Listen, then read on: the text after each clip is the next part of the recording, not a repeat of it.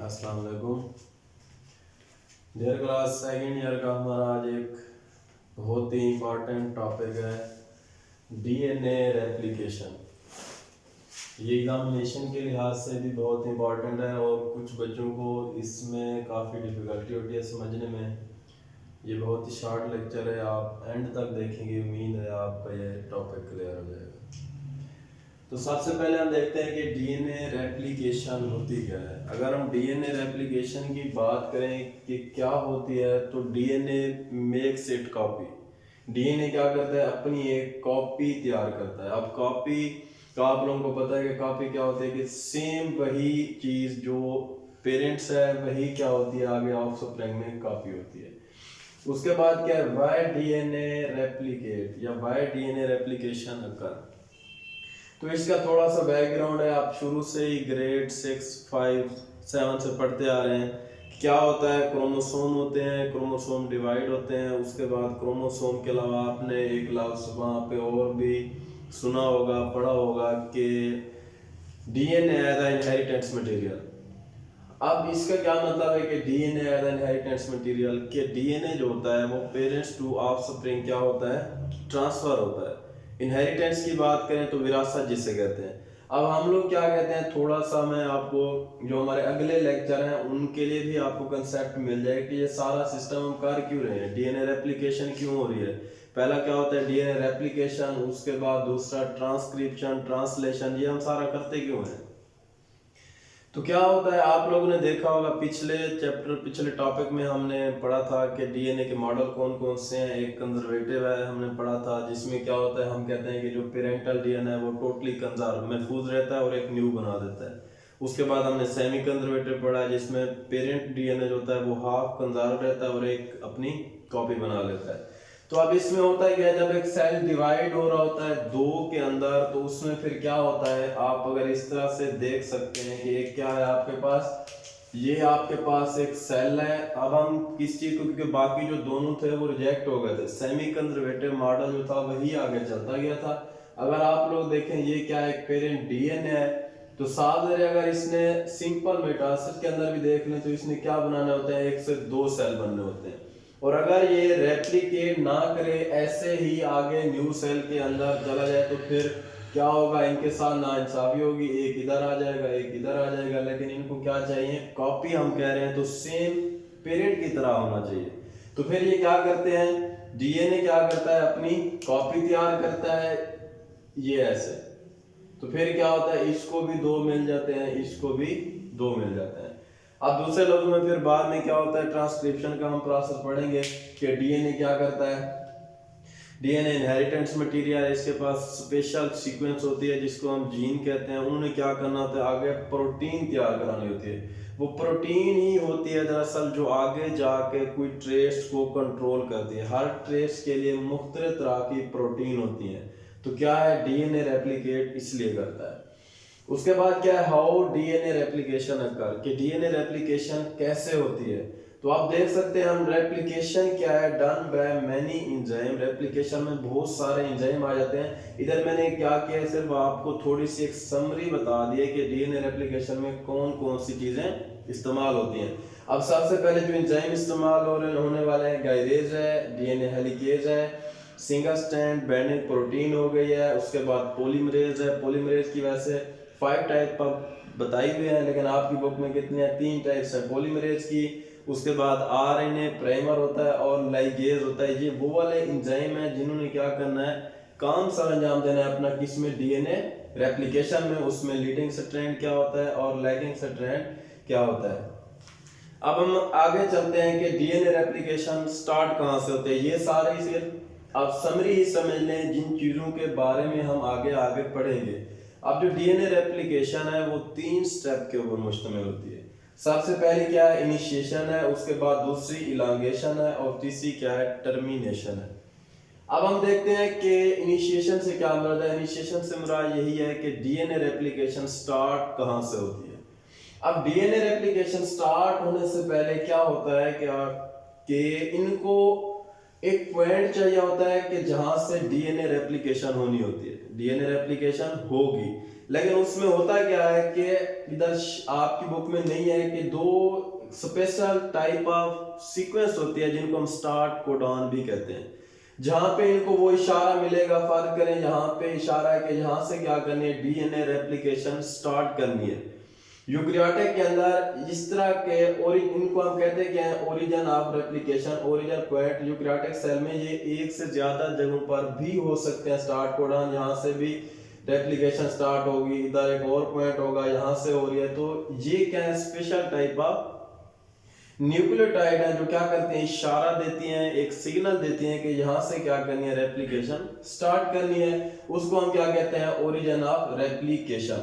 उसके बाद दूसरा एंजाइम जो होता है उसको हम क्या कहते हैं, गायरेज एंजाइम। अब गायरेज का क्या काम होता है, आप लोग देख सकते हैं, शुरू में आपने पढ़ा भी है वाटसन एंड क्रिक मॉडल में कि डीएनए क्या है, एक डबल स्टैंडर्ड मॉलिक्यूल है। अब उसके अंदर आप देख सकते हैं इस तरह से क्या है, फोल्डेड है, उसमें ट्विस्ट बने हुए हैं। तो ये गायरेज का क्या काम होता है, ये इसमें से एक फोल्डिंग को खत्म करके इस तरह की क्या बना देता है, एक बल्ब सी शक्ल बना देता है, ठीक है। अब लेकिन इसने यहाँ पे आप देख सकते हैं इसने क्या किया है, इसके बांड अभी तक ब्रेक नहीं किए। इसने सिर्फ क्या किया, उसका एक जो बल्ब था, एक जो क्या था, ट्विस्ट था, उसको खत्म करके ऐसे एक फोर्क की शक्ल बना दी। इसको हम रेप्लिकेशन फोर्क भी कहते हैं। आप लोग देख सकते हैं फिजिक्स के अंदर आपने ट्यूनिंग फोर्क पढ़ा हुआ होगा, वो भी इस तरह से होता है। तो यहाँ भी क्या है, एक रेप्लिकेशन फोर्क बन गया। उसके बाद दूसरा एक इंपॉर्टेंट एंजाइम होता है जिसको हम डीएनए हेलिकेज कहते हैं। अब डीएनए हेलिकेज का क्या काम है कि इसने अनजिप करना है, अनजिप करना है। तो अनजिप करने के लिए यहाँ से इनके जो हाइड्रोजन बॉन्डिंग थी बीच में, वो क्या कर देता है, उसको तोड़ देता है ऐसे। अब जब हाइड्रोजन बॉन्डिंग टूट जाती है तो ये क्या है, जो दो टेम्पलेट हैं, पेरेंट्स डीएनए, उनकी साइड जो है वो अवेलेबल हो जाती हैं किसके लिए, एक न्यू स्ट्रैंड बनाने के लिए। तो यहाँ तक क्या होता है, इनिशिएशन में होता है, हम पूरा आगे अभी प्रोसेस देखते हैं अपना। उसके बाद क्या होती है, इलांगेशन। अब इलांगेशन के अंदर मुख्तलिफ तरह की क्या है, एंजाइम इस्तेमाल होते हैं। उनमें जो पहला है वो क्या होते हैं, पॉलीमरेज होते हैं। अब पॉलीमरेज हमने क्या कहा, हमने कहा तीन टाइप के पॉलीमरेज हैं। अगर हम उनका फंक्शन देखें तो जो पॉलीमरेज 1 होता है, ये किस चीज में हेल्प करता है, ये हेल्प करता है कि टर्मिनेशन में। इसने क्या करवाना होता है, टर्मिनेशन करवानी होती है। अब ये तो नहीं है कि जो स्टार्ट हुई है रेप्लिकेशन तो वो होती जाएगी। अब टर्मिनेशन में क्या होता है, स्पेशल टाइप ऑफ कोडॉन होती है जिनको हम क्या कहते हैं, स्टॉप कोडॉन कहते हैं। और उनमें हेल्प कौन करवाता है, हमारा पॉलीमरेज 1 हेल्प करवाता है। उसके बाद अगर हम बात करें पॉलीमरेज 3 की, तो ये मोस्ट इंपॉर्टेंट है। यही पॉलीमरेज 3 है जो क्या करता है, एक न्यू स्ट्रैंड बनाने में हेल्प करता है, न्यूक्लियोटाइड ऐड करवाता है। कौन करवाता है, पॉलीमरेज 3। लेकिन पॉलीमरेज 3 जो है वो खुद ब खुद काम स्टार्ट नहीं कर सकता। उसको क्या है, एक स्पेशल टाइप की न्यूक्लियोटाइड चाहिए जिनको हम क्या कहते हैं, आरएनए प्राइमर। ये सेम उसी तरह से एग्जांपल है कि अगर आपको कहीं पे आग लगानी है तो आपको माचिस की एक तीली चाहिए, सिर्फ एक तीली से फिर आपने जो आगे काम करना है वो हो सकता है। उसी तरह से आरएनए प्राइमर क्या करता है, अपना इसकी रेप्लिकेशन स्टार्ट करने में इसका अहम किरदार होता है। जब तक आरएनए प्राइमर नहीं आएगा पॉलीमरेज अपना फंक्शन सारा अंजाम नहीं दे पाएगा। उसके बाद एक और खुसूसियात जो है, यहाँ पे दो बातें इधर आगे भी आपको समझ आ जाएगी कि जो पॉलीमरेज 3 है सिर्फ ये ऐड करता है new nucleotide 3 to 5 prime and. इसका मतलब ये है कि इसने जो न्यू स्ट्रैंड बनाना है वो 3 प्राइम से ही स्टार्ट करना है। अब प्राइम ये आप देख रहे हैं 3 प्राइम 5 प्राइम, ये क्या है, ये हम पिछले लेक्चर में बता चुके हैं कि ये इस वजह से होता है क्योंकि आपने जब न्यूक्लियोटाइड की स्ट्रक्चर देखी होगी उसमें क्या होता है, शुगर के साथ कुछ न्यूट्रिनस बेस भी लगी होती हैं, उनके भी क्या होता है, ये कार्बन की नंबर है कि कार्बन नंबर 3 है, ये कार्बन नंबर 5 है, उनके अंदर भी कार्बन होता है। तो इसलिए हमने उसको डिफरेंट करने के लिए इनके ऊपर क्या लगाया हुआ है, प्राइम लगाया हुआ है। अब उसके बाद क्या है, टर्मिनेशन। अब टर्मिनेशन का क्या मतलब होता है कि अब कहाँ पे रेप्लिकेशन को क्या करना है, स्टॉप करना है। तो वो मैंने पहले ही बताया कि स्पेशल टाइप ऑफ न्यूक्लियोटाइड होती है दैट स्टॉप रेप्लिकेशन। वो क्या कर देती है, रेप्लिकेशन को स्टॉप कर देती है कि यहाँ से स्टार्ट हुई तो इधर आके खत्म हो जानी है, यहाँ से स्टार्ट हुई तो इधर आके खत्म हो जानी है। अब हमारे इस पूरे जो समरी हमने पढ़ी है उस इस डायग्राम के अंदर आप समझेंगे तो आपको इसकी समझ आ जाएगी। अब हम देखते हैं, हमने देखा है हमेशा ये हमारे जो स्टैंड होते हैं ये एक दूसरे के इसमें डायरेक्शन में अपोजिट होते हैं। एक अगर 3 to 5 to 3 प्राइम है तो दूसरा कहां से है 3 to 5 प्राइम एंड है। अब हमने क्या किया था, यहाँ से इस जो ट्यूनिंग ये हमारे पास फोर्क बनी थी रेप्लिकेशन 4, उसको हमने थोड़ा सा बड़ा करके यहाँ से कट करके बड़ा करके दिखा दिया। आप लोग देख सकते हैं हमारे पास क्या होती है, एडेनिन थायमिन के साथ और गुआनिन क्या है साइटोसिन के साथ बॉन्ड बनाती है। तो आप देख सकते हैं एडेनिन थायमिन गुआनिन, इसका मतलब ये है कि उनकी ये स्पेशल टाइप की क्या है सीक्वेंस है, एक स्ट्रैंड की इधर है एक इधर, इनको हम क्या कहते हैं टेम्पलेट्स कहते हैं जो कि पेरेंट्स डीएनए है। अब इन्होंने क्या करनी होती है, अपनी कॉपीज तैयार करनी होती है। यहाँ पे आप देख सकते हैं ये क्या है सिंगल स्ट्रैंड बाइंडिंग प्रोटीन। इसका क्या काम होता है कि अगर एक दफा बन चुका है, एक दफा उसने क्या कर दिया हेलिकेज ने उसको ओपन कर दिया है, अगर हेलिकेज ने जैसे उसको ओपन किया है तो अब ये हो सकता है कि ये दोबारा से स्ट्रैंड क्या हो आपस में मिल जाए। उस चीज से बचाने के लिए हमारे पास एक और प्रोटीन होती है जिसको हम क्या कहते हैं सिंगल स्ट्रैंड बाइंडिंग प्रोटीन।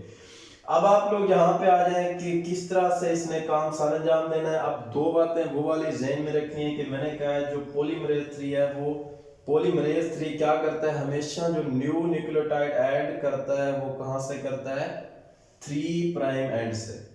दूसरे लफ्जों में आप इसको याद करने के लिए ये भी कह सकते हैं कि जो न्यू स्ट्रैंड बनता है हमेशा वो 5 to 3 होता है, 5 to 3 होता है। चले अब हम चलते हैं, हमने इधर पढ़ा था कि एक लीडिंग स्ट्रैंड होता है एक लैगिंग स्ट्रैंड होता है। अगर आप सिंपली मीनिंग देख लें तो लीडिंग का मतलब भी ये होता है जो लीड कर रहा हो, जो क्या कर रहा है आगे बढ़ रहा हो, और लैगिंग का मतलब क्या होता है पीछे की जानिब जाना। अब हम देखते हैं ये हमारे पास क्या है ओरिजिन ऑफ रेप्लिकेशन है, जिससे जिस पॉइंट से क्या है रेप्लिकेशन हो रही है। इस तरह से ये समझ लें ये हेलिकेज है, ऐसे इसको ऊपर ओपन करता जाएगा। तो हमारा जो ओरिजिन है जो रेप्लिकेशन का पॉइंट है वो इसी सीमत में ही है। अगर हम अब इसकी बात करें, हमने क्या कहा है कि पॉलीमरेज 3 जो है उसको काम करने के लिए एक स्पेशल टाइप की सीक्वेंस चाहिए जिसको हम आरएनए प्राइमर कहते हैं। यहाँ पे जी आके आरएनए प्राइमर लग गया है, ठीक है। आरएनए प्राइमर लगने के बाद आप आरएनए प्राइमर के साथ आप लिख सकते हैं उसकी जो न्यूक्लियोटाइड की सीक्वेंस है, लेकिन हम क्या करते हैं ऐसे समझते हैं इसको। अब आरएनए प्राइमर कहाँ पे लगा है 3 प्राइम एंड पे लगा है, ठीक है। उसके बाद अब यहाँ पे आगे क्या होगा, आपके पास एक पॉलीमरेज है, पॉलीमरेज लग गया।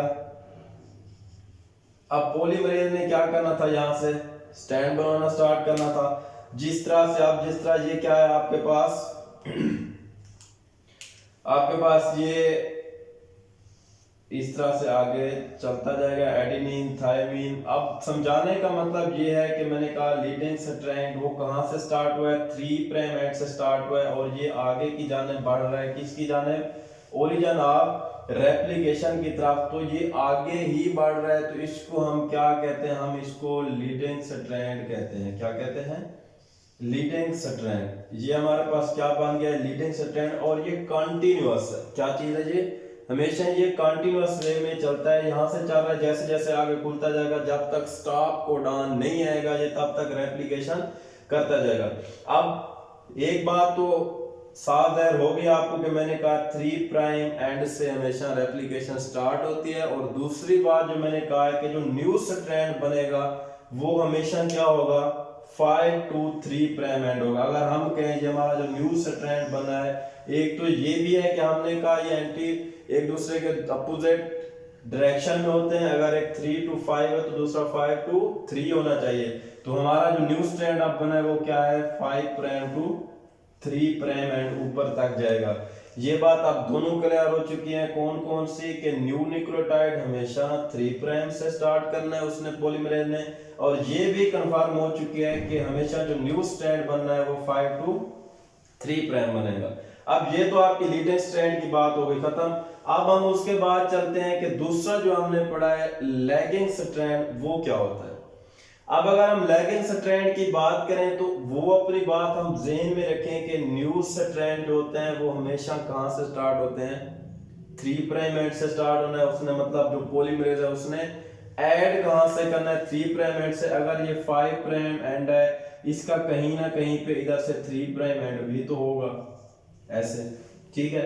अब अगर यहाँ पे इसका 3 प्राइम एंड है तो इधर क्या होगा, आके अटैच होगा प्राइमर, ठीक है, प्राइमर अटैच हो गया, आरएनए प्राइमर अटैच हुआ है, उसके साथ क्या अटैच होगा आपके पास, इधर पॉलीमरेज, और ये न्यूक्लियोटाइड बनाना आगे ऐड करना स्टार्ट कर देगा। ये आपका स्टैंड ऐसे चल रहा है।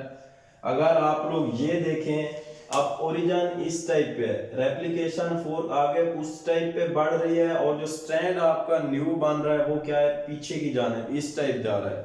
या दूसरे लफ्जों में आप कह सकते हैं कि अवे फ्रॉम द ओरिजिन, ये ओरिजिन से दूर जा रहा है, तो इसको हमने क्या कहा है, लैगिंग स्ट्रैंड का है। अब एक बात आपकी यहाँ पे दोबारा ये वाली बात आप ध्यान में रखें कि क्या है, 3 to 5 न्यू न्यूक्लियोटाइड ऐड हुए हैं, और हमने क्या कहा है, जो न्यू स्ट्रैंड बनेगा वो हमेशा क्या होगा, 5 to 3 प्राइम। अब हमारा इधर ये क्या है, 5 प्राइम है, ये 3 प्राइम और ये 5 प्राइम, ये दोनों बातें भी क्लियर होगी। अब जो यहाँ पे एक और बात है, हमेशा क्या होता है, अब ऐसे फोर्क बन रही है, इस तरह से देखिए आप, ऐसे फोर्क बन रही है, यहाँ से हेलिकेज ने इसको खोलना स्टार्ट किया, ऐसे ऐसे खुल रहा है। अब जो हमारा लीडिंग स्ट्रैंड था वो तो यहाँ से स्टार्ट हो रहा है, इधर ये समझ ले आपका ओरिजिन है, वो यहाँ से अगर स्टार्ट हो रहा है तो उसने तो सीधा ऐसे पीछे की जाने चलते जाना है, और वो क्या कंटिन्यूअस वे में है। लेकिन जो हमारा लैगिंग स्ट्रैंड है, आपने देखे हमने क्या कहा है कि इधर 3 प्राइम है और इधर 5 है, तो यहां से हमारा स्टार्ट हुआ है ऐसे ऊपर, तो अगर यहां तक स्टार्ट हुआ है तो आगे हमारा खत्म हो गया, इस टाइप तो नहीं चल रहा, तो फिर क्या होगा, एक हमारा ये फ्रेगमेंट बन जाएगा, उसके बाद फिर क्या करेगा, प्राइमर एक पीछे जंप करेगा और पीछे प्राइमर लगेगा। यहाँ पे अगर प्राइमर लगा इतनी खुल चुका है, तो ये हमारा एक टुकड़ा काफी हो गया, पीछे से हेलिकेज ने दोबारा ओपन कर दिया, फिर इसको जंप करके दोबारा जाना पड़ेगा, तो ये हमारा कंटिन्यूअस वे में नहीं बनेगा, ये क्या करेगा, फ्रेगमेंट की शक्ल में बनेगा। एक फ्रेगमेंट आपके पास यहाँ पे बन गया है, उसके बाद एक प्राइमर यहाँ पे लगा है, उसने क्या किया, एक फ्रेगमेंट इतना बना दिया, उसके बाद हेलिकेज ने दोबारा ओपन किया है, फिर इधर क्या है, एक और लगा है। अब मुख्तलिफ तरह की इनके न्यूक्लियोटाइड 1000 से 2000 जंप करता है प्राइमर, और फिर क्या करता है, फ्रेगमेंट बना देता है प्रोकैरियोट्स के अंदर, जबकि यूकैरियोट्स के अंदर 150 से 200 तक न्यूक्लियोटाइड का ये क्या करता है। अब इन फ्रेगमेंट्स को हम क्या कहते हैं, ओकाजाकी फ्रेगमेंट। क्या कहते हैं, जो हमारे पास फ्रेगमेंट बने हैं इनको क्या कहते हैं, ओकाजाकी फ्रेगमेंट। ये ओकाजाकी क्यों कहते हैं, ये साइंटिस्ट के नाम की वजह से इनको क्या कहते हैं हम, ओकाजाकी फ्रेगमेंट। अब आप लोग को ये बात यहाँ तक समझ आ गई होगी कि किस तरह से हमारे पास एक टेम्पलेट से दो जो ऑफस्प्रिंग या न्यू आप न्यूक्लियोटाइड कह सकते हैं वो कैसे बनते हैं। इधर ये देख सकते हैं 3 to 5 था, हमारे पास 5 to 3 बन गया है, और इधर ये 5 to 3 जा रहा है, तो हमारे पास 3 to 5 इस तरह के सेगमेंट बनते जाएंगे। लेकिन यहाँ पे बात अभी तक खत्म नहीं हुई, क्यों, क्योंकि अभी हमारे पास ये फ्रेगमेंट्स ही बने हैं। फ्रेगमेंट्स बने हैं तो इनको फिर क्या करना होगा, फ्रेगमेंट्स को तो रिमूव करना है, फ्रेगमेंट्स तो ऐसे नहीं रहने इनमें, ठीक है। अब दूसरी एक और भी बात है यहाँ पे प्रूफ रीडिंग की, वो भी थोड़ी सी देख लेंगे आप। अब जो फ्रेगमेंट्स हैं इनके फ्रेगमेंट्स को रिमूव करेंगे, फिर रिमूव करने के बाद ये खुद ब खुद ही आपस में नहीं जुड़ जाएंगे। इन फ्रेगमेंट्स को जोड़ने के लिए भी आपको एक एंजाइम की जरूरत पड़ेगी, उस एंजाइम को हम क्या कहते हैं, लाइगेज। अब लाइगेज ने क्या करना होता है, इसको जोड़ना होता है। अब आपकी बुक में वैसे नहीं होगा, एक लफ्ज निक सीलिंग भी कहते हैं। अब निक सीलिंग क्या होती है कि यहाँ पे जब इधर से प्राइमर फर्ज करें, प्राइमर हमने क्या करवा लिया है, रिमूव करवा लिया है। प्राइमर रिमूव होने के बाद आपने क्या किया है, ये भी पॉलीमरेज 1 का ही काम होता है कि उसने यहाँ पे, अब जहाँ पे प्राइमर रिमूव किया है, जो खाली जगह बनी है उसको क्या कहते हैं, हम निक कह रहे हैं या होल कह रहे हैं, वहां पे क्या है, पॉलीमरेज 1 ने क्या करवाए हैं, न्यूक्लियोटाइड न्यू लगवाए हैं। लेकिन ये वाला जो न्यूक्लियोटाइड लगा है वो इसके साथ अटैच नहीं होगा, इस फ्रेगमेंट के साथ यहाँ पे थोड़ी सी क्या बन जाएगी, एक जगह बच जाएगी, उसको हम क्या कहते हैं, निक कहते हैं। और उस निक सीलिंग को कौन अटैच करने के लिए आता है, उसको आता है लाइगेज। अब लाइगेज क्या कर देगा, इनको आपस में क्या कर देगा, इनके बॉन्ड बनवा देगा, और ये क्या होगा, एक कंटिन्यूअस वे में आपके पास क्या बन जाएगा, एक स्ट्रैंड बन जाएगा। अब पॉलीमरेज 3 का एक और भी काम होता है जिसको हम क्या कहते हैं, प्रूफ रीडिंग। अब प्रूफ रीडिंग का क्या मतलब होता है कि जहां से पॉलीमरेज 3 चल रहा था 5 to 3 इधर इस जानब, लेकिन अब प्रूफ रीडिंग में क्या करता है, ये अपोजिट मूवमेंट करता है, रिवर्स मूवमेंट करता है। अब क्या करता है, बाद औक़ात किसी इसकी वजह म्यूटेशन की वजह से, टाटोमरिज्म की वजह से क्या होता है, कोई गलत न्यूक्लियोटाइड क्या है, गलत बेस उसके साथ अटैच हो जाती है। जहां पे अगर हमारे पास क्या है, इधर आपके पास गुआनिन है, इसके साथ साइटोसिन लगना है, तो इधर अगर थायमीन लग गया है तो फिर क्या होता है, इसमें जो पॉलीमरेज 3 है आपका वो क्या करेगा, प्रूफ रीडिंग में रिवर्स मूवमेंट करेगा कि कहाँ पे गलती आई है। रिवर्स मूवमेंट करेगा तो वो पॉइंट आउट करेगा कि ये वाला पॉइंट है, तो फिर क्या करेगा, वहां से वो न्यूक्लियोटाइड वो वाली रिमूव कर देगा और एक क्या करेगा, प्रॉपर उसके साथ न्यूक्लियोटाइड अटैच करेगा। तो इसको हम क्या कहते हैं, प्रूफ रीडिंग कहते हैं। तो स्टूडेंट्स यहाँ तक क्या थी, हमारा डीएनए रेप्लिकेशन था। अब एंड तक आप देख सकते हैं हमारे पास जो डीएनए था, अब ये हमारे पास टेम्पलेट है, उसके साथ एक न्यू बन चुका है, वो टेम्पलेट है और उसके साथ एक न्यू बन चुका था। इस सारे प्रोसेस को हम क्या कहते हैं, डीएनए रेप्लिकेशन कहते हैं। तो स्टूडेंट्स उम्मीद है ये आपको लेक्चर समझ आ गया होगा, और कोशिश करें यहाँ से सुनने के बाद आप 1 या 2 बार बुक से लाजमी रीडिंग करें। जो आपकी बुक में लिखा हुआ आपने सिर्फ वही पढ़ना है, अगर इसमें कुछ एक्स्ट्रा भी होता है तो वो सिर्फ आपको समझाने के लिए होता है। तरतीब से आप देख सकते हैं, इधर सिर्फ हमने समरी बताई है। पहले अगर आप लोगों को पता होगा कि डीएनए रेप्लिकेशन में हमने क्या क्या पढ़ना है, क्या क्या चीजें इसमें यूज हो रही हैं, तो वो ये सिर्फ जो इधर लिखा हुआ है इसमें आपको सारा समझ आएगा। उसके बाद हमने डिटेल से देखा है और उसकी स्ट्रक्चर को देखा है। नेक्स्ट लेक्चर तक फिर इजाजत दीजिए, अल्लाह हाफ़िज़।